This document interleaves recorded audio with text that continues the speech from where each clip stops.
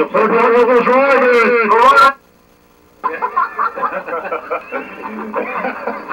Hey, legendary B-movie director Rock Nelson was on the big show yesterday. Take a look. Diabolico Dos. Formiga Diabolico Dos. Deadland 2. Oh, by the way, I was a marine boxer. I want you people to know that.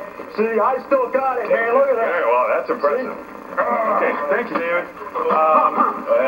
What we didn't get to show you is the part of his new film, Devil Ant, in which a WGN reporter makes a star cameo. Take a look.